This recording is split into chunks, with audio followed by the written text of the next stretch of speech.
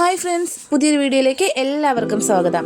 ഇന്നത്തേത് അരിപ്പൊടി ഉപയോഗിച്ച് തേങ്ങയോ ഈസ്റ്റോ ഒന്നും ചേർക്കാതെ നല്ല സോഫ്റ്റ് അപ്പം എങ്ങനെ തയ്യാറാക്കാം എന്നതാണ്. അതിനായിട്ട് 2 കപ്പ് അരിപ്പൊടി മിക്സിയുടെ ജാറിലേക്ക് ചേർത്ത് കൊടുക്കാം. ഞാനിവിടെ പാക്കറ്റിലെ വറുത്ത അരിപ്പൊടിയാണ് ഉപയോഗിക്കുന്നത്.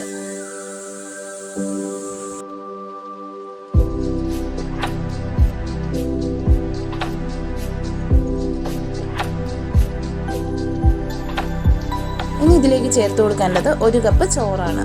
നമ്മൾ അരിപ്പൊടി എടുത്ത കപ്പിന് 2 കപ്പ് അരിപ്പൊടിയാണെങ്കിൽ അതിൽ 1 കപ്പ് അളവിൽ ചോറും ചേർത്ത് കൊടുക്കണം. എന്നിട്ട് ആവശ്യമായ വെള്ളം ചേർത്ത് കൊടുക്കാം. വെള്ളം ചേർത്തതിന് ശേഷം ഒന്ന് മിക്സ് ചെയ്ത് കൊടുക്കണം. അപ്പോൾ അരിപ്പൊടി പെട്ടെന്ന് വെള്ളം വലിച്ചെടുക്കുന്നതാണ്, അപ്പോൾ നല്ല വെള്ളം ആവശ്യമാണ്. ഇതുപോലെ ഒന്ന് മിക്സ് ചെയ്തതിന് ശേഷം വെള്ളം വേണ്ടി വന്നാൽ കുറച്ചുകൂടി ഒഴിച്ച് കൊടുത്തതിന് ശേഷം അരച്ചെടുത്താൽ മതി. ഞാൻ വീണ്ടും വെള്ളം ചേർത്ത് കൊടുത്തിട്ടുണ്ടായിരുന്നു.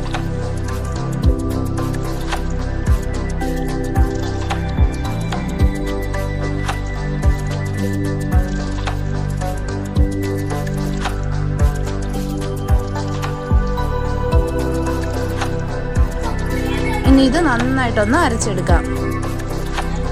നിങ്ങൾ എൻ്റെ വീഡിയോ ആദ്യമായിട്ടാണ് കാണുന്നതെങ്കിൽ ചാനലൊന്ന് സബ്സ്ക്രൈബ് ചെയ്യുക. സബ്സ്ക്രൈബ് ചെയ്യുമ്പോൾ അതിൻ്റെ അടുത്ത് കാണുന്ന ബെല്ലൈക്കണിൽ ഓൾ എന്ന ഓപ്ഷൻ കൂടി ക്ലിക്ക് ചെയ്യുക. എങ്കിലേ ഞാനിടുന്ന വീഡിയോകളുടെ നോട്ടിഫിക്കേഷൻ അതത് സമയം നിങ്ങളുടെ ഫോണിൽ എത്തുകയുള്ളൂ.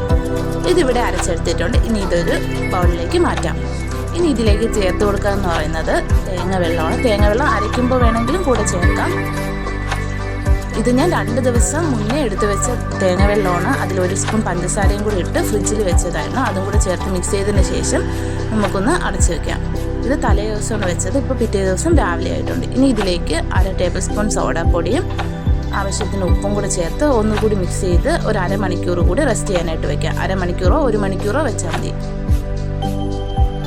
തേങ്ങ എത്രത്തോളം കിട്ടുന്നോ അത്രത്തോളം നമുക്ക് അപ്പത്തിലേക്ക് ചേർത്ത് കൊടുക്കാം. തേങ്ങ കൂടി ചേർത്താലേ നല്ല രീതിയിൽ നമുക്ക് അപ്പം തയ്യാറാക്കി എടുക്കാനായിട്ട് കഴിയുള്ളൂ. ഇപ്പോൾ ഞാൻ മൂടി വെച്ചിട്ട് ഒരു അരമണിക്കൂർ ആയിട്ടുണ്ട്. ഇനി നമുക്ക് അപ്പം ചൂടാനായിട്ട് തുടങ്ങാം.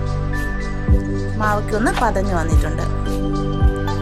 ഇത് ഒത്തിരി പതയൊന്നുമില്ല, നമുക്ക് നല്ല സോഫ്റ്റ് അപ്പം തന്നെ തയ്യാറാക്കി എടുക്കാം.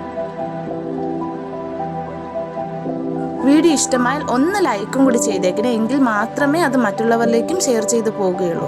ആരും വീഡിയോ കണ്ടിട്ട് ലൈക്കൊന്നും ചെയ്യുന്നില്ല. നിങ്ങൾ ലൈക്ക് ചെയ്താൽ മാത്രമേ മറ്റുള്ളവരിലേക്കും കൂടി ഷെയർ ചെയ്ത് പോവുകയുള്ളൂ. ഇത് കണ്ടില്ലേ, നല്ല സോഫ്റ്റ് അപ്പം തന്നെ റെഡിയാക്കി എടുത്തിട്ടുണ്ട്.